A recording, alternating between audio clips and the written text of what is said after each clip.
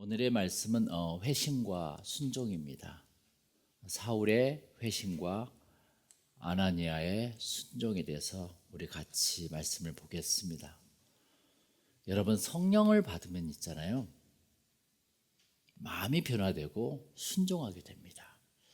그냥 내가 교회 다닌 거 말고요, 내가 청년으로서 청년부에 이렇게 휩싸이면서 같이 기쁘게 살아간 거 말고요, 그걸 떠나서 내가 성령을 받으면 내 마음이 확 변화져요. 그리고 순종하게 돼요. 이게 그걸 느낍니다. 사도행전은 성령의 역사입니다. 그래서 성령이 춤추는 왈주곡 같은 사도행전, 너무 중요한 것이죠. 여러분, 주보에 보면은 오직 성령이 너에게 임하시면, 제일 앞에 프레시 화면에 나와 있죠. 너희가 권능을 받고, 우리가 사도행전이 되는 거예요. 우리가 사도행전이 되는 거예요. 성령을 받으면은. 그래서 사도행전이라는 것은 움직인다라는 뜻이에요. 하나님이 나를 움직이셔.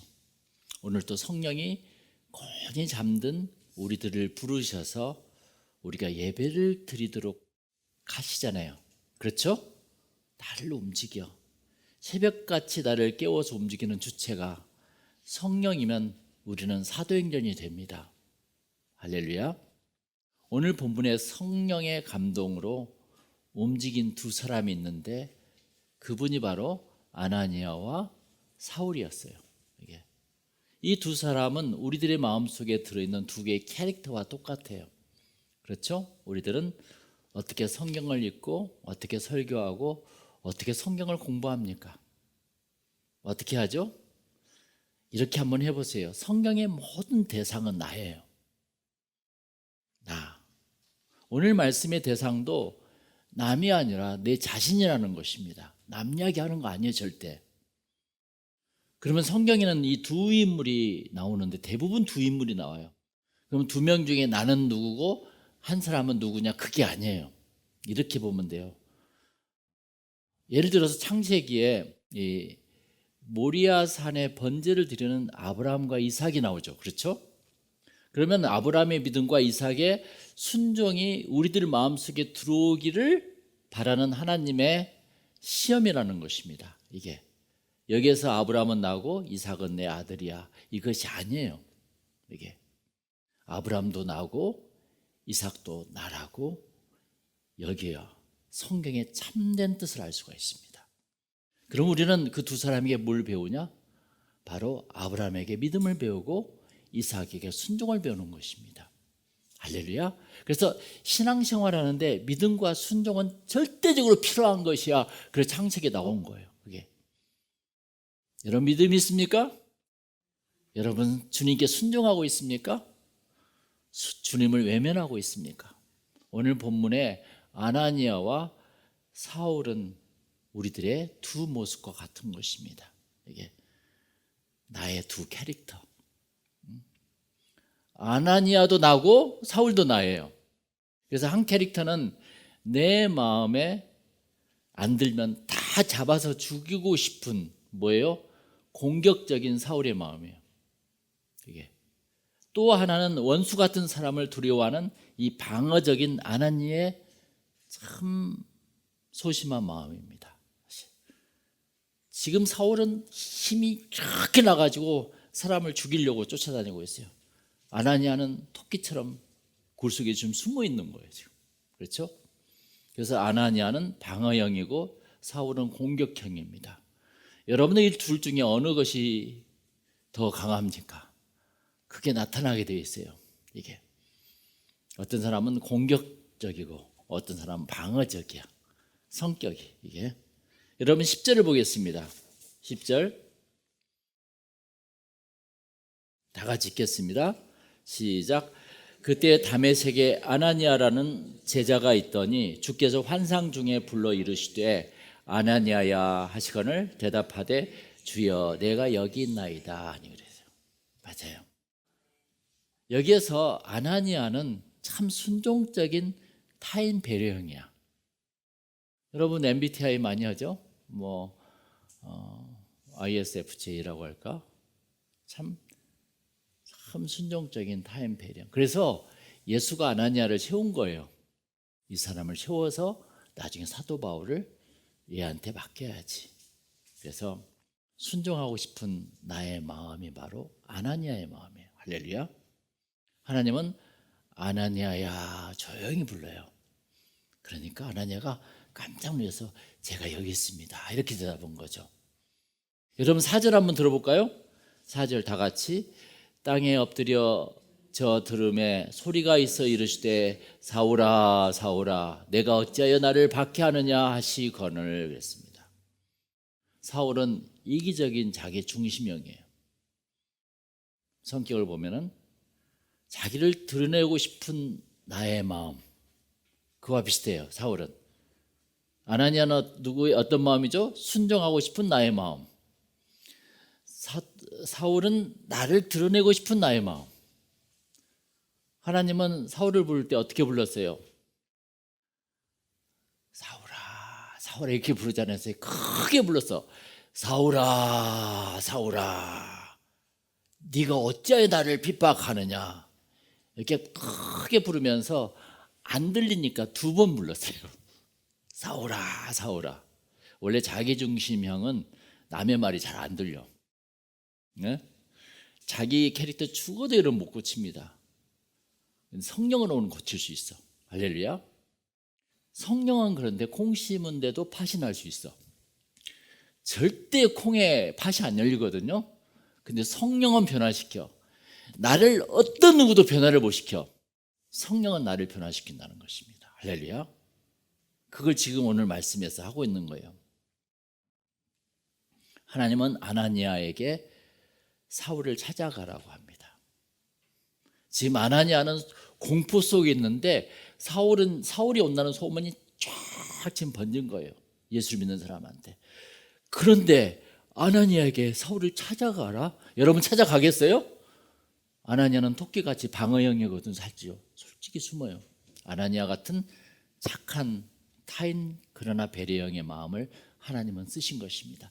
방어형인데 그 속에 타인을 배려하는 마음이 있어.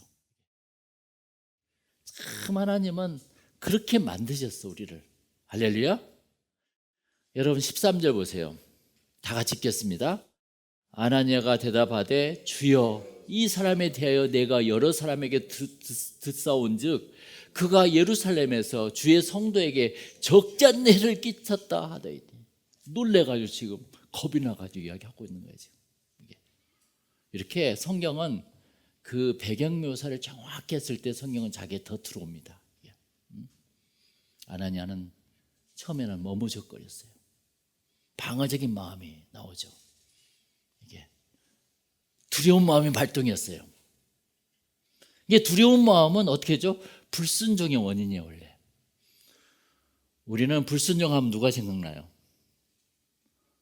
요나가 생각이 나요. 요나는 원수 같은 낫으로 니느웨를 왜 구원하라고 한지 알 수가 없었던 거야 진짜. 그래서 요나나 아나니아는 두 사람의 공통적인 착각은 뭔지 아세요? 자신이 싫으면 하나님도 싫어하겠지였어요. 그러죠? 그러나 하나님은 내가 미워한 사람까지도 사랑하신다는 것을 알아야 됩니다. 이분이 바로 하나님이에요. 아나니아에게 하나님은 무엇을 원하고 계십니까 지금? 그럼에도 불구하고 사랑하라 그걸 원하는 거예요. 그럼에도 불구하고 두려워하지 말고 사울에게 찾아가라. 그래서 15절 보세요. 주께서 이르시되 가라 그래요. 가라. 그러니까 17절 보세요. 아나니아가 두말할 것 없이 떠납니다. 떠나 이렇게 써 있잖아요. 이것이 순종이에요. 요나처럼 얻어맞고 가는 것이 아니라 맞기 전에 가는 것이 순종이에요. 할렐루야. 여러분 꼭 얻어맞고 예수를 믿을 겁니까? 아나니아는 자신의 동료 스테판을 죽인 원수 같은 사람이지만 하나님의 뜻에 순종합니다. 바울을. 우리 옆 사람에게 다 같이 인사하겠습니다. 사랑합니다. 사랑은 내가 희생과 헌신을 한다는 거예요. 그렇죠? 가장 헌신적인 동물이 뭐예요? 네? 가장 헌신적인 동물 소예요. 소는 주인을 위해서 실컷 일해주고 죽어서 꼬리로 꼬리곰탕까지 만들어주는 소입니다. 할렐루야. 지금 하나님은 이 방어적인 아나니아를 통해 우리들에게 순종을 가르쳐주고 있는 거야. 지금 너무 두렵고 무서운 방어적인 우리들에게 지금 담대함을 가르쳐주고 있는 거예요. 담대한 사랑. 아나니아는 지금 열쇠를 걸어 잠그고 이렇게 숨어 있는데 그 열쇠를 주님의 말씀을 듣고 다 열고 나갑니다. 아나니아는 걸어 잠근 열쇠를 열고 무서운 사울을 찾아갑니다. 놀라운 일이에요. 성령의 변화예요. 그게 바로. 여러분 17절 한번 읽어보세요. 다 같이 시작. 아나니아가 떠나 그 집에 들어가서 그에게 안수하여 이르되 형제 사울아 주 곧 네가 오는 길에서 나타나셨던 예수께서 나를 보내어 너로 다시 보게 하시고 성령으로 충만하게 하신다 하니 그랬어요. 형제 사울아 당당하게. 아니 토끼 한 마리가 지금 호랑이 앞에서 형제 호랑이야 하고 당당히 지금 이야기하고 있는 거라 얼마나 담대했는지 몰라요. 아나니아가. 이게 바로 사랑이라는 게 담대한 사랑. 성령은 사울도 바꿔놓고 아나니아도 이렇게 바꿔놓습니다. 인생은 성령이 답이에요. 그래서요. 내가 바꿔줘야 돼. 솔직히. 예. 또 하나는 자기중심적인 공격형이 있죠. 사울. 우리 18절 한번 읽어볼까요? 다 같이. 즉시 사울의 눈에서 비늘 같은 것이 벗어져 다시 보게 된지라 일어나 세례를 받고 이렇게 나와 있습니다. 이 사울은 눈에 비닐 같은 것이 덮여져 있었어요.